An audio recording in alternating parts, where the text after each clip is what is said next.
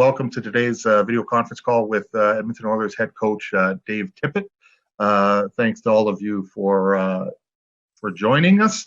And we've received a number of questions online, over email. So I'll be going through those questions. If there's others that come in, I will try to get to them. I know I'm receiving them on text, on email, and in the chat group. So it's just manager monitoring all that. First of all, welcome to Dave Tippett. First question from Jim Matheson, Post Media. He knows you've built a few motorcycles over the years, and you've worked in construction. Have you found any projects to do during the work stoppage? You know, I haven't done too much yet. Just hanging around home here. When I got back to Arizona, kind of quarantined for 14 days. So gone on some hikes and a couple of things like that, but haven't got into any big projects yet. Lots of talking on the phone, lots of just making sure people are up to date on where things are at, keeping in touch with the coaches, obviously. So no big projects yet, but if this continues to go any longer, I might have to look at something. Another question from Jim Matheson. Obviously, it's always a crapshoot trading for players at the deadline and seeing how they fit in. Just wondering, are your thoughts after a couple weeks of Athanasiou, Ennis, and Greene, and how you thought they were coming along, where you saw they were fitting, and even where a guy like Mike Greene was going to fit? Well, it's interesting. That's one of the things that I'm most disappointed about is, from the start of the year to where we ended, there was a lot of growth within our group. We had some injuries, and adding those players late, I think we were still in the process of finding where all the parts fit. And I talk about all the time, we need rhythm in our lineup, and you're always trying to find that rhythm and chemistry throughout it. So it was still a work in progress with our new guys. And with getting we had Neil come back from long-term injury. We had some people kind of filtering back in. So I liked the depth that we had. Were we right in sync yet? I would have liked to have that last 11 games to evaluate that. So that's a disappointing part. But I think we're moving the right direction. It's funny, we played 2 or 3 games there of the last 5 that I didn't think we played very well, and our goaltenders played excellent. And then the Winnipeg game, and after I watched it, I looked back. I thought we did some things a lot better that game. So frustrating not to be able to kind of push that along. As far as the players, I think all the guys that came in, we only had a short look at Greene, but obviously he's a veteran in the league. We had an idea of what he could do. Double A and Ennis, both of them came in. I think Double A, when a young player like that moves an organization, it's his first move. A player that hadn't moved around very much before, it's the adjustment period gets to be longer. I think Ennis came in, he jumped in right away. He'd been on a couple different teams. He's a veteran guy and kind of knows how to read and react. So he adapted a little quicker maybe. But like I say, having the ability to bring those guys along and get them acclimated was something we were looking forward to. And hopefully we still get that chance, but it's going to be, we'll have to restart to get that going. And since Jim Matheson's there, a traditional, maybe an update on Mike Greene and Joachim Nygaard and their injuries. How are they doing? Is there an update there?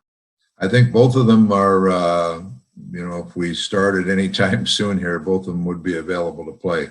They both were in rehab in Edmonton for a while. I think Greene might still be in Edmonton. He's, I think his injury is, I wouldn't say it's 100% healed, but it's pretty close. Nygaard is just he's got to continue therapy on that hand, but he's been working out hard. I think he's gone back to Sweden now for a little bit, but both of them I think will be certainly ready to go if we get around and get started again.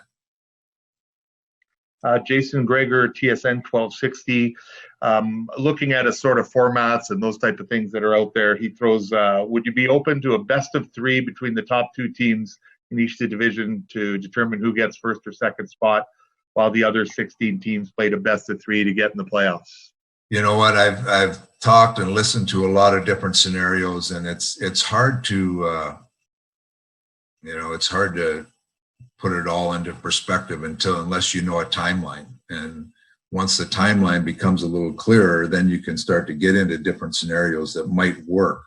I go back to when there was playoff series that were best of 3, playoff series best of 5, where you played 4 games in the first 5 nights, and then a travel day, and then you play the 5th game if you need it. I mean, there's so many different scenarios, but for me, it all comes down to how much time you have.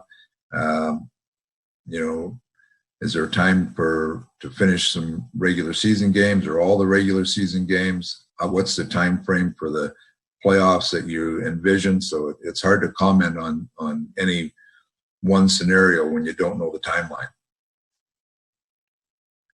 Another question from Jason Greger, and I'll put the positive spin on it. If let's say when the playoffs resume after a long break, how do you think that will impact your team, the Oilers? Well, I know our guys are very hungry to get back in it. I was asked a question the other day about how will teams prepare? What do you think the mentality coming back? I think our group is a very motivated group. They wanted that learning experience of playing down the stretch. We feel like we've earned the right to be a playoff team. Now we want to see what we can do in the playoffs, and they're very excited for that. The teams that think they could jump in the playoffs and have a chance to go on a good run and become a real good team in the playoffs are the teams that I think are going to be the most motivated. And I put our group in that mix.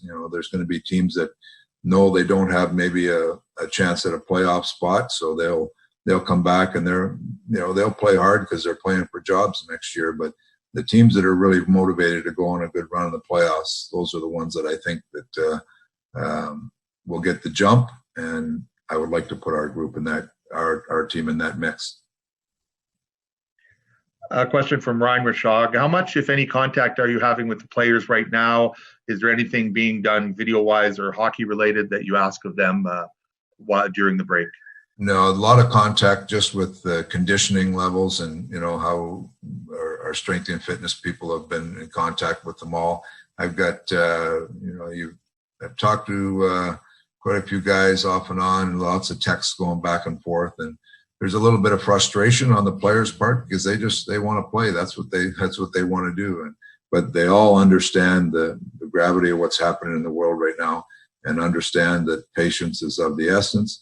They just hope at some point we get back and get to continue what we started here this year. A question from Mark Spector. Missing out on these experiences, you alluded to a little bit before. What are the things of value that your team is missing out on right now, as far as those fighting to get into the playoffs, that type of stuff? Well, you get to those games that are just the intensity level is there, the pressure to win is there, and those are all things that you put in that memory bank, and that's in the regular season to get that playoff spot. Then you get into a playoff series. Playoff series are different. You have one opponent. You got to make adjustments, not just in game, but game to game. You have ways of finding advantages over a team when you're playing them night after night, and those are things that are different from your regular NHL schedule. That you get into that playoff series and you got to find ways to win, and sometimes those ways are different every night.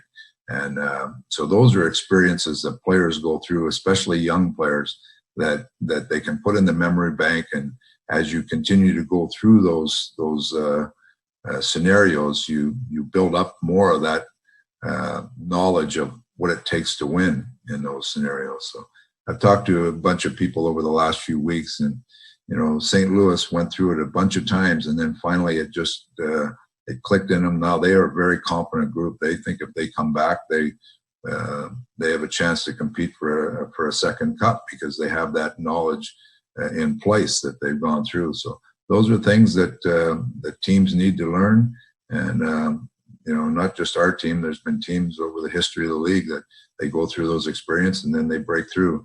And we'd like to have some of those experiences. So hopefully we get our kick at the cat to break through. Another question from Mark Spector, Sportsnet.ca. Coming into the season, what did you think the chances of the team were? And now with the team at the time of the break pushing for first place in the Pacific, was that a surprise to you as much as it was for maybe other observers and journalists? I think Ken put it best when he said we want to be playing meaningful games in March, and we've got ourselves in that position. So it's hard when you're coming into a new situation because you don't know the players as well as you would if you've been there before. So my expectations were high coming in. When you have players like McDavid, Draisaitl, Klefbom, Nuge, you got players that are good core players, so you should be able to find a way to earn a playoff spot. So to say that my expectations weren't high would be wrong.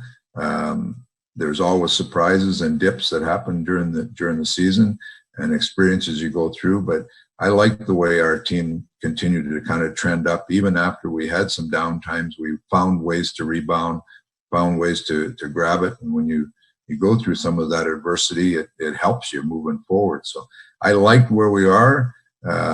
Like I say, the last little bit there before we finished, we're trying to find that rhythm in our lineup with adding those new players to make us a deeper group and to make us a real competitive group. And we were still in the mode of doing that.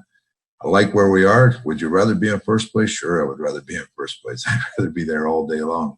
But I think we were trending the right way, and I still think we're trending the right way. It's just we got to get back and get up and going to see where we actually get to. A question from Tim Campbell, NHL.com. Taking the optimistic outlook, what do you think play will look like when the season does resume? Again, it'll depend on when it is. If we get back up and playing before the start of next season, it's going to be a quick jump into it. And I'm sure there'll be adequate time to get up fitness levels and get back skating for players, but it'll be a little bit like the start of a season where you got to get up and going pretty quick, and you're not going to have a 28-day training camp. I've looked back at some of my notes from back the lockout. I don't even remember what year it was. I was in Arizona and we started at the 40 or 48 game mark or something like that, and a short training camp, what it looked like, what we did, and had some looks at that to see if you can get up and going quick. So those are going to be the things. You're going to have to get your team up and going. Now it's a little different scenario because the players already. It's not as if it's a new season, so the players, but you're going to have to get up and going pretty quick here. And I think I look at our team. Driven by our core players there, I think we could get up and running very quick. Two guys that the rest might have done them some good, but they got to get back to getting sharp again are our two goaltenders. So I'm always optimistic that we would get up, get going, and get playing well as quick as possible.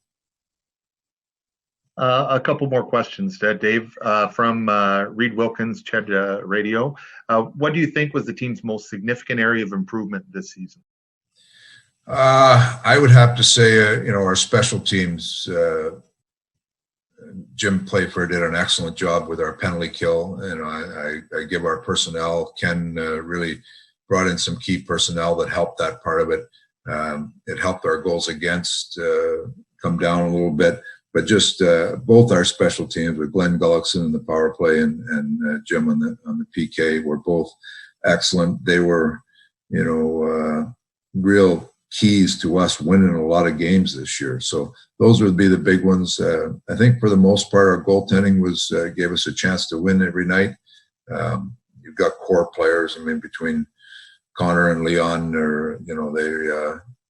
you can't underestimate the value those guys have to our team and the ability for our team to win every night. So some real good pieces of the puzzle, but we got to continue to add to those pieces to make us an elite team in the league.